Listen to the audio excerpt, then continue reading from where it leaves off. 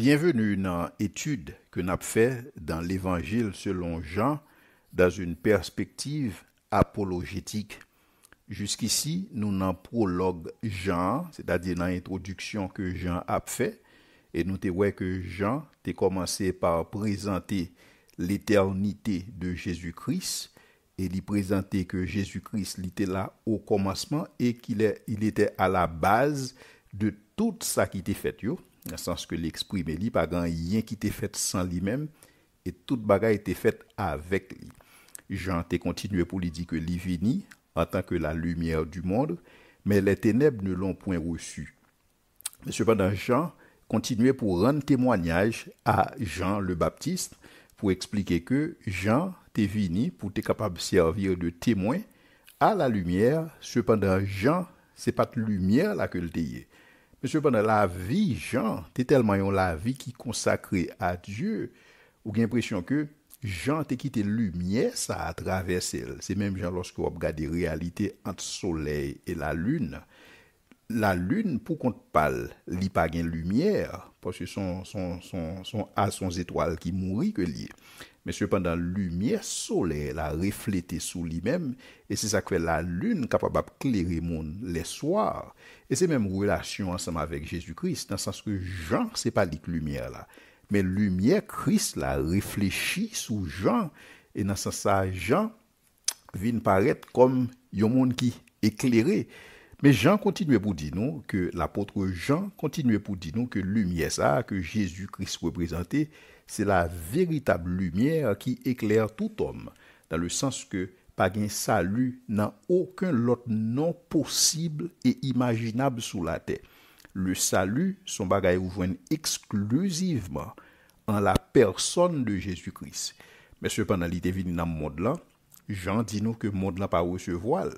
Mais cependant, tout le monde qui recevoir, Jean dit nous que l'Ibayo capacité pour être capable de venir petit bon Dieu. Et venir petit bon Dieu sont question de choix en fonction de la part de grâce que vous avez recevoir et que vous avez accepté quoi dans lui-même. Et c'est ça qui mène nous dans le verset 14 et que nous avons continué dans le cadre et prologue ça. M'a li pour nous-mêmes. Verset 14. Et la parole a été faite chair, et elle a habité parmi nous, pleine de grâce et de vérité. Et nous avons contemplé sa gloire, une gloire comme la gloire du Fils unique venu du Père. Jean lui a rendu témoignage et s'est écrié. C'est donc celui dont j'ai dit, celui qui vient après moi m'a précédé, car il était avant moi. Et nous avons tous reçu de sa plénitude et grâce pour grâce, car la loi a été donnée par Moïse, la grâce et la vérité sont venues par Jésus-Christ. Personne n'a jamais vu Dieu.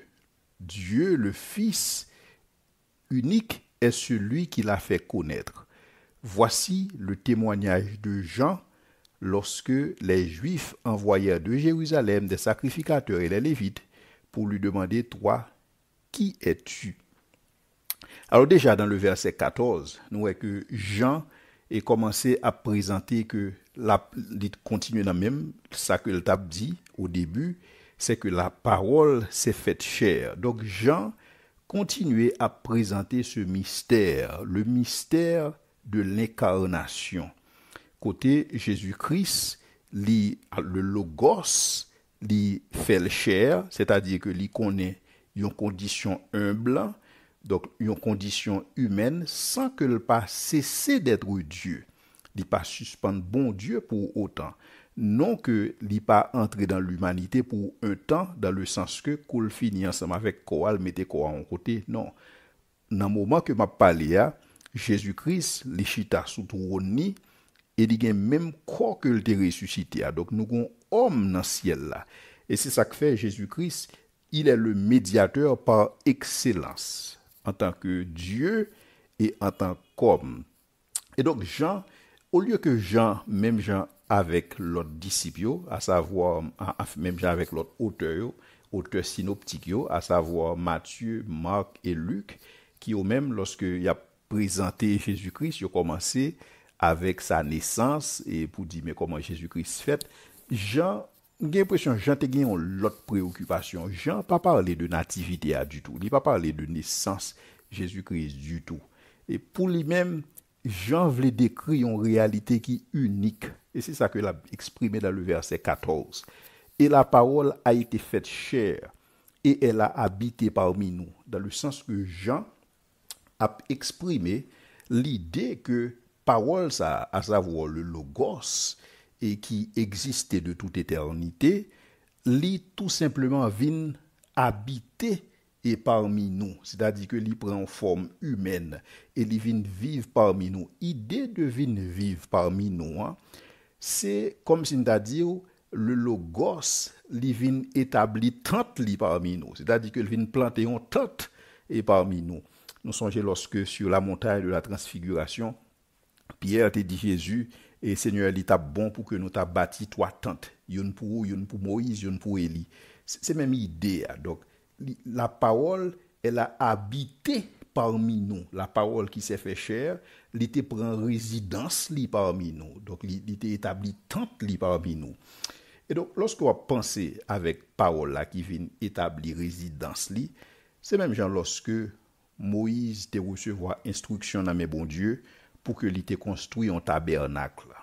Et c'est tabernacle ça, c'est la donne que bon Dieu t'a pral vinn établir résidence parmi les hommes. Ça pas dit que bon Dieu pas dans ciel là parce que le ciel là, le firmament, l'univers pas capable contenu bon Dieu parce que bon Dieu immense, bon Dieu est omniprésent. Donc pas qu'on côté au aller que bon Dieu paillé.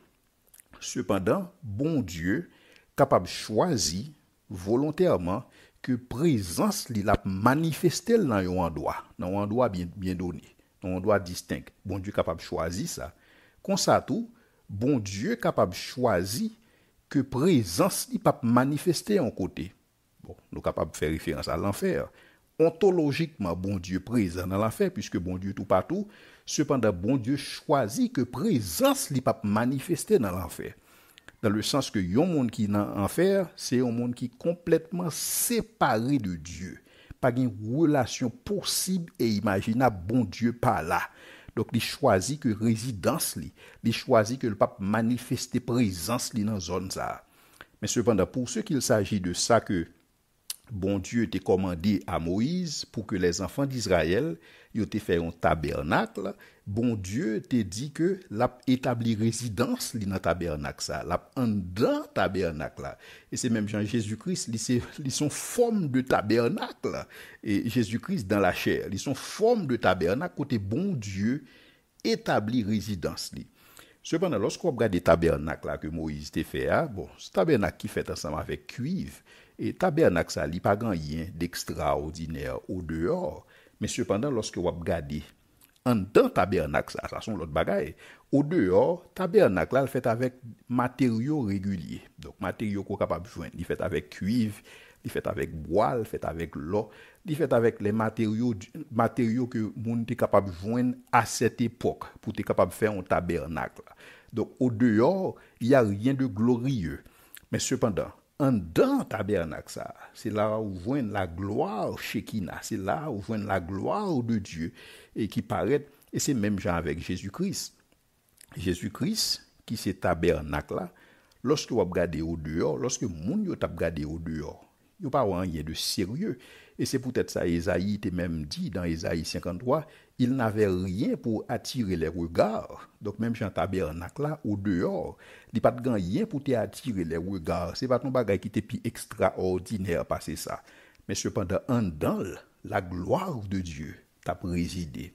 Et donc la gloire de Dieu était cachée en Jésus-Christ. Même Jean tabernacle là t'es caché la gloire de Dieu et personne monde pas doit garder ça qui passé en dans tabernacle ça parce que la gloire de Dieu était résidée là mais c'était une gloire cachée. Et donc c'est même réalité pour ça que Jean a décrit et la parole a été faite chair et elle a habité parmi nous, c'est-à-dire que l'y établit tente parmi nous, l'y établit demeure, l'y prend résidence et parmi nous. Et nous avons contemplé sa gloire.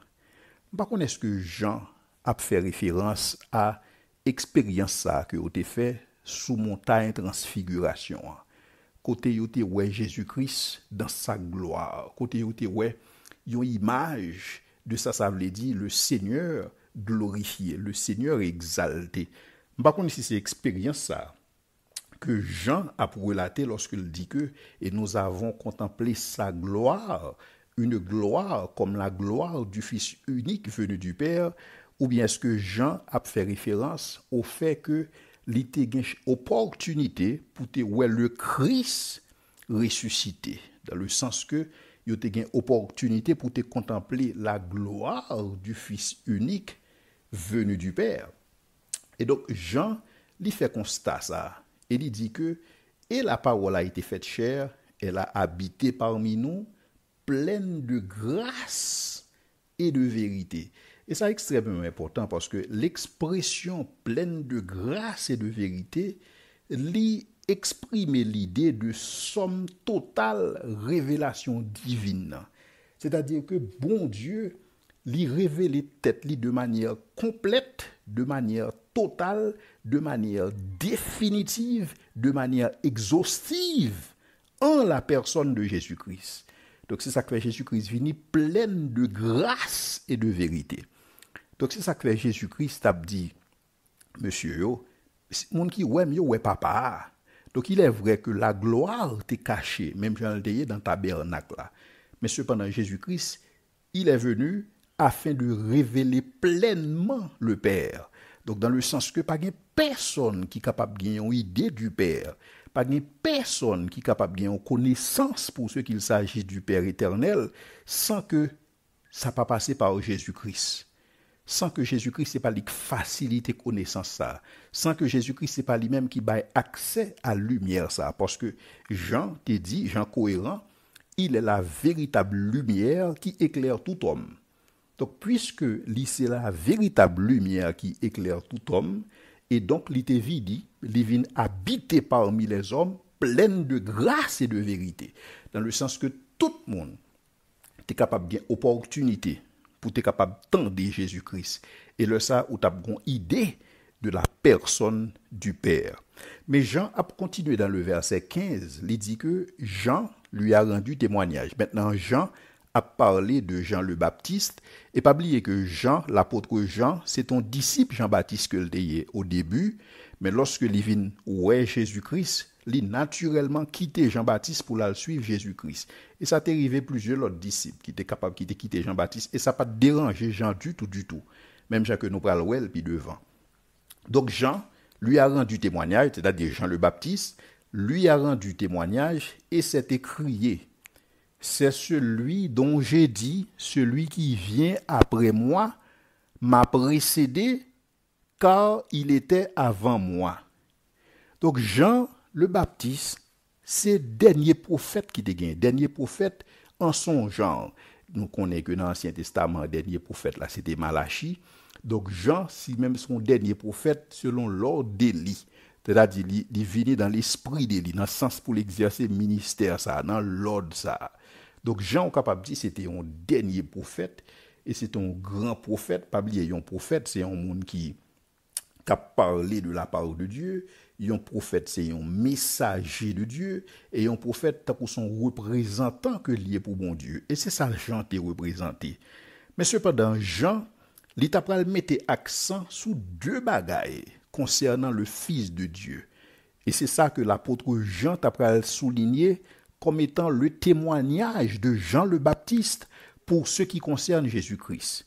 C'est celui dont j'ai dit, celui qui vient après moi, c'est-à-dire que Jean commence le ministère d'abord, le ministère côté là, il commence avec un baptême de repentance, il commence le ministère avant, donc celui qui vient après moi m'a précédé, c'est-à-dire il était avant moi. Et c'est ça que Jean a précisé. Donc, dans ce sens-là, Jean, d'abord, l'a présenté la prééminence de Jésus-Christ. Et dans le sens que le ministère de Jésus-Christ est plus grand que celui de Jean. Donc ça que Jésus-Christ vient réaliser, c'est pas un bagage que Jean lui-même est capable de faire du tout, du tout. Donc Jésus a une prééminence. Il a une prééminence au niveau de son sacerdoce. Il a une prééminence au niveau de son sacrifice que le va faire. Il a une prééminence au niveau de relation ensemble avec bon Dieu. Donc Jésus même, il a une prééminence sur toute bagaille. Il m'a précédé. Il y a une prééminence. Donc, dans ce sens-là, Jean a besoin de présenter témoignage liant comme ça, pour ça que Jean le Baptiste dit de Jésus-Christ. Non seulement Jésus-Christ, il a la prééminence, mais Jésus-Christ tout, il a la préexistence. Il était avant moi. C'est extrêmement important pour comprendre ça, parce que techniquement, Jean le Baptiste est avant Jésus. Jean-Baptiste fait 6 mois avant Jésus. Donc, Jean le Baptiste est avant Jésus. Mais cependant, Jean a dit non, il était avant moi. Donc, comment Jean fait fête avant Jésus pour que Jésus avant? Donc, Jean a fait référence là, si vous voulez, à la préexistence du Logos, à la préexistence de Jésus-Christ. Dans le sens que Jésus-Christ, ce n'est pas seulement un monde qui te prend naissance, même avec tout le monde.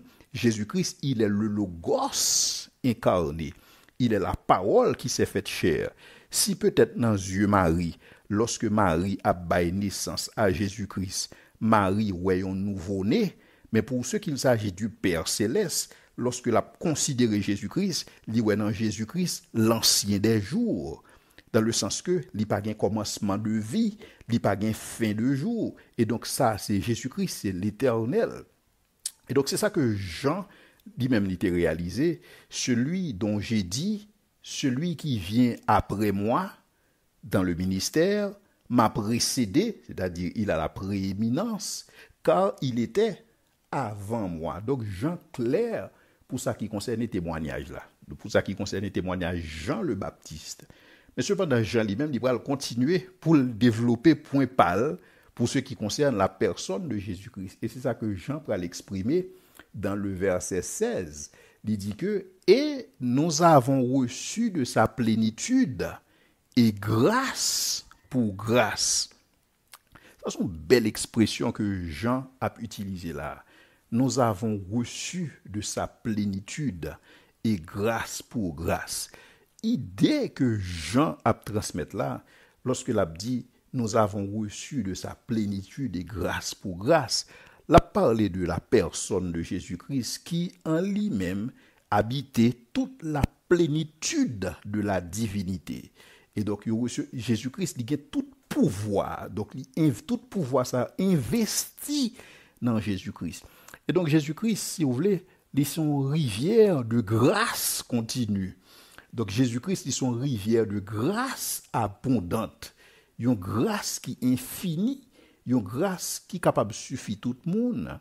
Et c'est ça que l'apôtre Paul, lorsque Paul était dans la situation, il priait bon Dieu fait Paul songer que ma grâce te suffit.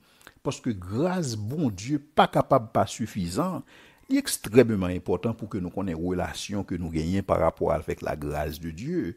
C'est que pas grand rien qui est capable de faire sans la grâce de Dieu. Pas grand rien qui est capable de faire de positif, pas grand rien qui est capable de faire de bon. Même lever pour mon lever dans la cabane, il fait par la grâce de Dieu. Tout se fait par la grâce de Dieu. Donc la grâce de Dieu sont source intarissable de grâce nouvelle, de grâce continue, de grâce ininterrompue. Et chaque bénédiction que nous voyons dans la grâce de Dieu, est une fondation pour de nouvelles bénédictions. Et pendant ma parler de cette grâce infinie, cette grâce et que nous pas capables de mesurer, même Jean a dit que nous avons tous reçu de sa plénitude et grâce pour grâce. Je ne vais pas empêcher peut-être de penser à Ézéchiel qui était ouais rivière, côté lorsque il est entré là-dedans, de l'eau à bali dans cheville, il continue à entrer de l'eau à bali dans taille, il continue à entrer de l'eau jusqu'à ce que c'est nager. C'est ça l'idée de la grâce de Dieu. Et c'est ça que Jean voulait mettre en valeur, dans le sens que pas grand monde cap dans une situation côté grâce bon Dieu pas capable de suffire pour lui. Et lorsque Jean a dit nous avons tous reçu de sa plénitude et grâce pour grâce, Jean pas fait référence spécifiquement aux apôtres qui étaient présents durant le ministère de Jésus-Christ, mais Jean a fait référence à tous les croyants que nous avons reçus de sa plénitude. Nous avons reçu de sa plénitude et grâce pour grâce. Parce que c'est uniquement, d'abord, nous sauver par la grâce de Dieu. Deuxièmement, nous avons marché dans la lumière par la grâce de Dieu, c'est-à-dire nous avons persévéré par la grâce de Dieu. Et lorsque nous mourons, nous avons mouru par la grâce de Dieu. Et lorsque nous ressuscitons, nous allons ressusciter par la grâce de Dieu. Donc, tout se fait par la grâce de Dieu. Pas rien qui fait avec force pas non. Et c'est ça que fait Jean dans Apocalypse, li wè saint yo qui couronné mais yo prend couronne nan, yo vinn déposer au pied de l'agneau parce que yo réalisé que c'est pas par mérite personnel yo qui fait yo gen couronne, c'est pas par mérite personnel yo qui fait yo te persévérer, mais yo réalisé que toute bagaille était faite dans la vie yo par la grâce de Dieu. Et donc, dans ce sens-là, nous avons tous reçu de sa plénitude et grâce pour grâce. Maintenant, Jean continue dans le verset 17 pour le dire que, car la loi a été donnée par Moïse, la grâce et la vérité sont venues par Jésus-Christ. Donc, Jean l'a contrasté la loi qui a été donnée par Moïse et la grâce et la vérité qui sont venues par Jésus-Christ. Et dans ce sens-là, vous êtes capable déjà ouais que la loi, son bagage top-down, son approche carrément impersonnelle, et ceci, ça fait dans un contexte terrifiant. Et sur la montagne du Sinaï, côté peuple Israël, te recevoir l'ordre, quel que soit le monde qui proche bon montagne là, donc bon Dieu a tué lui. Et donc, loi a révélé à Israël dans un contexte qui était véritablement terrifiant pour lui. Mais tel n'est pas le cas pour la grâce et la vérité qui sont venues. La loi est donnée, c'est-à-dire que il y a une position qui est faite. Alors que la grâce et la vérité sont venues en Jésus-Christ, enveloppées dans de la chair humaine. Et la grâce, non seulement la grâce est venue, mais la grâce n'est pas venue seule. La grâce est venue accompagnée de la vérité, dans le sens que Jésus-Christ n'est pas venu avec la grâce au détriment de la vérité, ni la vérité au détriment de la grâce. Et c'est ça que nous expérimentons dans le ministère de Jésus-Christ. Nous, véritablement, il est venu avec la grâce et la vérité. Nous, ça dans chaque action. Nous, ça dans chaque conversation. Et particulièrement, conversation côté Jésus gagne ensemble avec la femme samaritaine. Une femme que nous parlons, une femme qui était une femme de mauvaise vie, qui méprisait de tous, mais cependant Jésus-Christ lui aborde des femmes avec grâce pour le capable instruire pour ce qui concerne la vérité. Et donc nous dans l'attitude de Jésus-Christ, nous dans le ministère de Jésus-Christ que effectivement la grâce fut toujours accompagnée de la vérité. Et c'est ça que bon Dieu te venu bailler. Mais est-ce que ça veut dire que du temps de la loi, pas de grâce? Ça, c'est une question que un pile monde pose tête, parce que des fois, il y a un pile monde qui estime que nous vivons sous la grâce et que bon Dieu différent de gens que le révélé dans l'Ancien Testament. Non, bon Dieu pas changé. Bon Dieu, ça qu'arrivé que lui accommodé avec une civilisation donnée, mais bon Dieu pas changé. La grâce a toujours été présente. Abraham, c'est grâce que te recevoir dans mes bons dieux. Moïse, c'est grâce que te recevoir dans mes bons dieux. David, te recevoir grâce dans mes bons dieux. Grâce, bon Dieu, t'es toujours là. Mais cependant, lorsque Jésus-Christ vient, Jésus-Christ lui manifestait ça dans toute sa plénitude. C'est ça que Jésus-Christ fait. Jésus-Christ vient révéler bon Dieu de manière exhaustive. Il révéler bon Dieu de manière totale, capitale. Donc, dans ce sens, Jésus-Christ il vient présenter une vision que nous ne pas jamais de bon Dieu à partir de la loi. Mais c'est pas parce que bon Dieu t'est changé, mais c'est parce que la loi, c'était un pédagogue pour être capable de conduire nous à Christ, qui lui-même dit c'est l'essentiel là. Donc, on y a que Christ vini, donc on y a une vision 360 degrés pour ce qui concerne la personne du Père, en fonction du Fils. Et donc, c'est ça que Jean l'a exprimé dans le sens que la grâce et la vérité sont venues en Jésus-Christ. Mais Jean continue pour le dire dans le verset 18, pendant que m'a dit que nous gagnons pleine représentation ça pour ce qui concerne la personne du Père. Jean dit nous dans le verset 18, personne n'a jamais vu Dieu. Dieu le Fils qui est dans le sein du Père est celui qui l'a fait connaître. Ça, c'est une expression qui est intéressante parce que lorsque Jean dit nous que personne n'a jamais vu Dieu, mais cependant nous connaissons que bon Dieu t'est manifesté dans l'Ancien Testament et il y a des gens qui t'est ouais, il y a des gens qui t'est ouais sont capables de théophanie dans le sens que t'es ouais une représentation du Père, que ça soit parfois sous la forme de l'ange de l'Éternel et que ça soit sous l'autre forme, un rocher qui les suivait. Et donc bon Dieu, t'es toujours des représentations. Moïse, t'es ouais, bon Dieu, et dans crevasse rocher. Mais ça, c'est pas une révélation totale que le t'ayé, dans le sens que personne n'a jamais vu Dieu.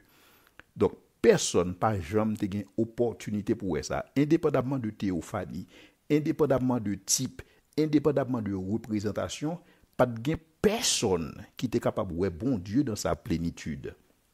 Mais c'est ça que Jésus fait. Jésus-Christ l'y fait, mais cependant le fait de manière subtile.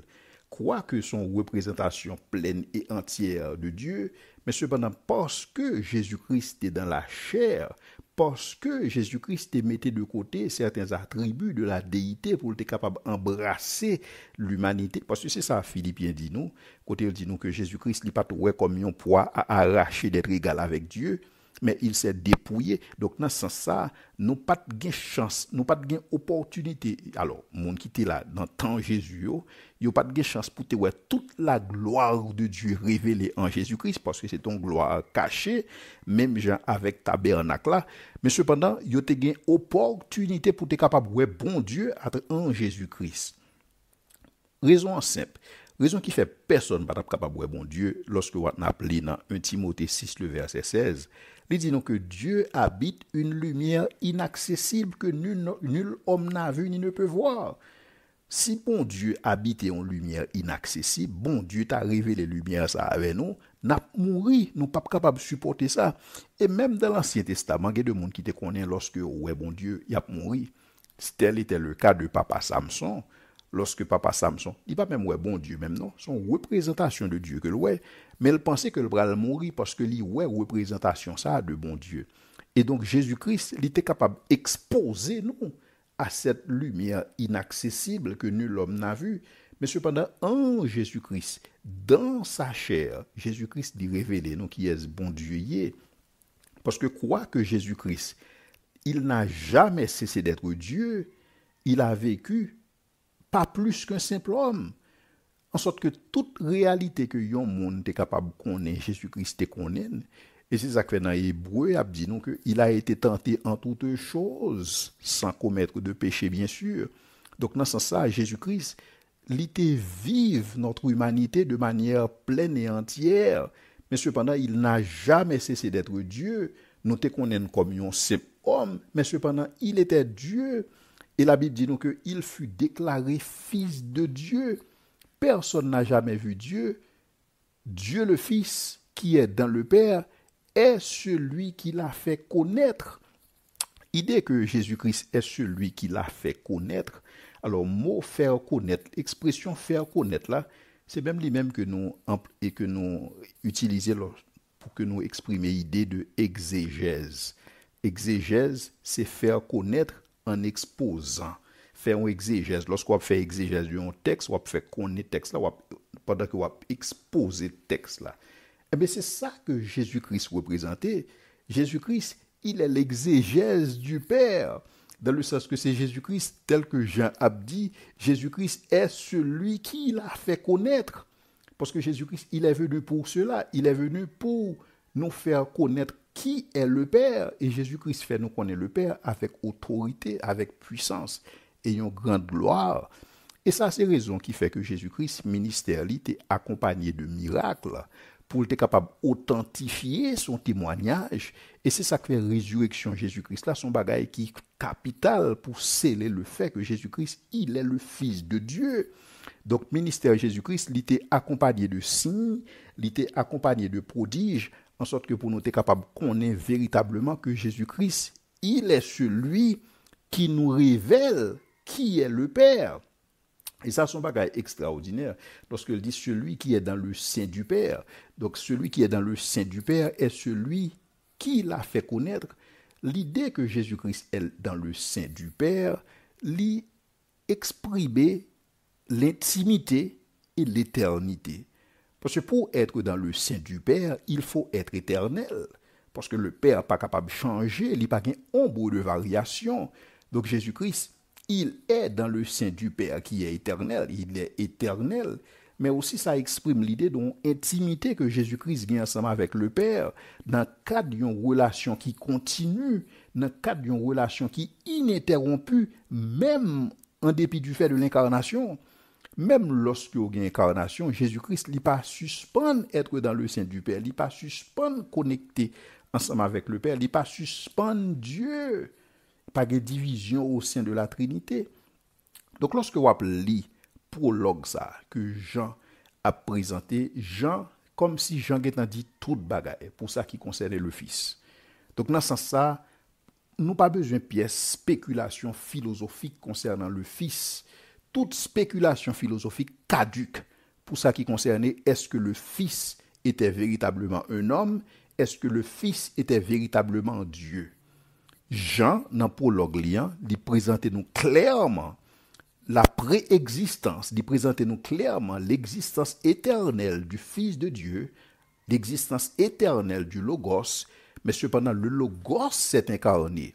Non seulement que le Logos s'est incarné, le Logos, il a habité parmi nous, même Jean tabernacle là du temps de Moïse. Et donc dans ce sens ça, le Logos, qui c'est deuxième personne Trinité, c'est le Fils, et donc Jésus-Christ, il est Dieu de toute éternité. Il est venu, nous avons contemplé sa gloire, il est venu avec la grâce et la vérité, il est venu pour nous révéler qui est le Père. Donc Jean, extrêmement clair dans Jean que l'a présenté la personne du Fils. Et plus loin, nous allons voir dans le prochain épisode. Là, nous allons regarder comment Jean lui-même va présenter le témoignage de Jean le Baptiste. Et Jean va dire, mais ça que Jean-Baptiste dit concernant Jésus-Christ. Donc Jean apôtre Jean une quantité d'informations sur la personne du Fils, mais c'est comme si Jean va ajouter un deuxième témoin qu'on y a là, parce que témoignage de deux mondes capable de sceller une cause. Et donc Jean, il va faire appel à Jean le Baptiste, qui lui-même va présenter un témoignage pour ce qui concerne la personne de Jésus-Christ. Et c'est ça que nous allons voir dans le prochain épisode là.